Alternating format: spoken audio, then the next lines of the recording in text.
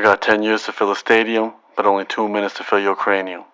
Humble the poet, signing in. Normally I eat my breakfast and do my stuff and then I get to work. Today I'm trying to do it the way Lily does it, where she's like, I gotta get my work done before I focus on eating food or whatever. So even though she sucks at Monopoly deals, she's really good at working. So we're gonna take her work ethic today.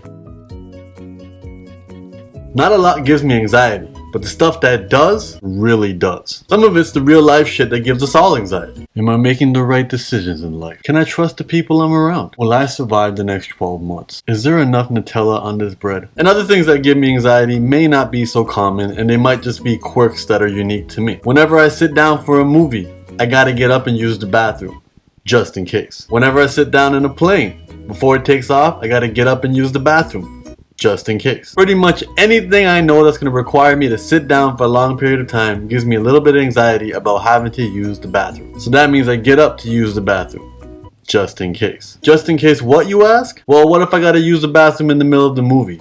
That would suck. What if I'm sitting at a window seat in the plane and I gotta use the bathroom, then I gotta crawl over 2 people, and what if I trip on a seatbelt and then I flip over and then a series of chain reactions happen that cause the plane to blow up? That would also suck. So imagine how I feel when I'm trying to watch a movie in the plane. Hashtag double anxiety. So what we notice when it comes to anxiety is there's a lot of what ifs that come into play. Those what ifs flood our mind. And those what ifs are what scare the shit out of us and make us worry. We can also notice that those what ifs have to do with the future. So when we worry or have anxiety about something, it mainly and often has to do with the unknowns of the future. Am I going to pass this exam? If I ask her for her number, will she say yes? Will I ever find everlasting happiness? Is it possible to make new friends still? Will people accept me if I start making YouTube videos? And if we don't address this anxiety, it can do some real damage. But Humble, how do I address my anxiety? It's just this bubbly feeling right here. I'm glad you asked, my handsome friend. First thing we can do is acknowledge that most of the things that we're worried about never make it past our imagination, because we're always thinking of the worst case scenario. And there's 2 ways to address that. First thing we can do is remember that the worst case scenario rarely happens, so we shouldn't give it so much power in our mind. Secondly, we can respect the worst case scenario and prepare for it. You know the popular saying, hope for the best, but prepare for the worst. So if that means I gotta send a couple extra I love you texts to the people that matter in my life every time I hop on a plane, then that prepares me in case my bathroom trip leads to that whole plane blowing up. Anxiety isn't always the enemy. It can actually be a driving force to make us step up our game. If we're chillaxed all the time, we're gonna be sitting around our asses doing nothing. And that could be much more damaging to our life than having this bubbly feeling inside of us that keeps us moving. I'll always have anxiety about the idea that I'm not working hard enough and that I could be doing more, that I could be steadily improving the work that I'm putting out. And to be honest, that's a good thing. It'll ensure that I don't get stale and complacent with the stuff that I put out into the world. And that's gonna help me keep growing. A lot of people fall off when they think that they got it all figured out. My anxiety fuels me,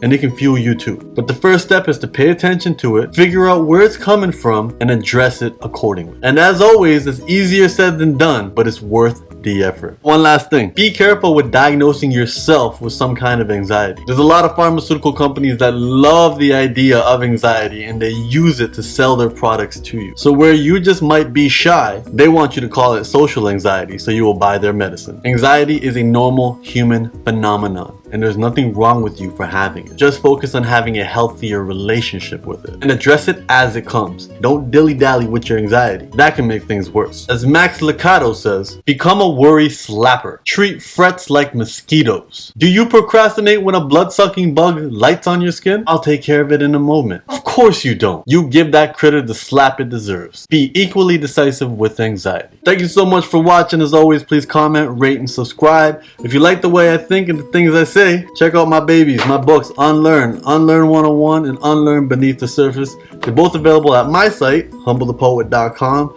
or Amazon or anywhere else that sells books online. As always, I'm working hard to put out new content. Not only am I making content about my books, I'm also releasing a lot of new music. So please subscribe, and not only subscribe, hit the notification button so you don't miss a release. So if you're on mobile, that's a little bell on my channel, and if you're on your computer, it's a little gear. Every time a new person subscribes, my beard gets a little bit more shiny. I appreciate the time you took to watch this. Please share this with people that you care about and people that you don't, or anybody else that you think will enjoy it. Much love. What I realized was a lot of who I saw myself as and valued myself as was based on what other people thought of me. So if they rejected me, then I rejected myself as well. And a lot of us do that. We allow the world outside to determine how we're going to feel on the world inside of us. So if somebody says something to us or makes us feel a certain way, then we carry that around with us as we go. But what we have to realize is those things only matter if they agree with something that we've already been feeling on the inside. So the world can call me ugly, but I won't believe it unless there's something inside me that already thinks that I'm ugly as well. And if someone tries to make me feel worthless, it won't mean nothing unless I already have those same feelings on the inside. It's kind of like these things on the outside have to hold hands with something that we're already feeling on the inside.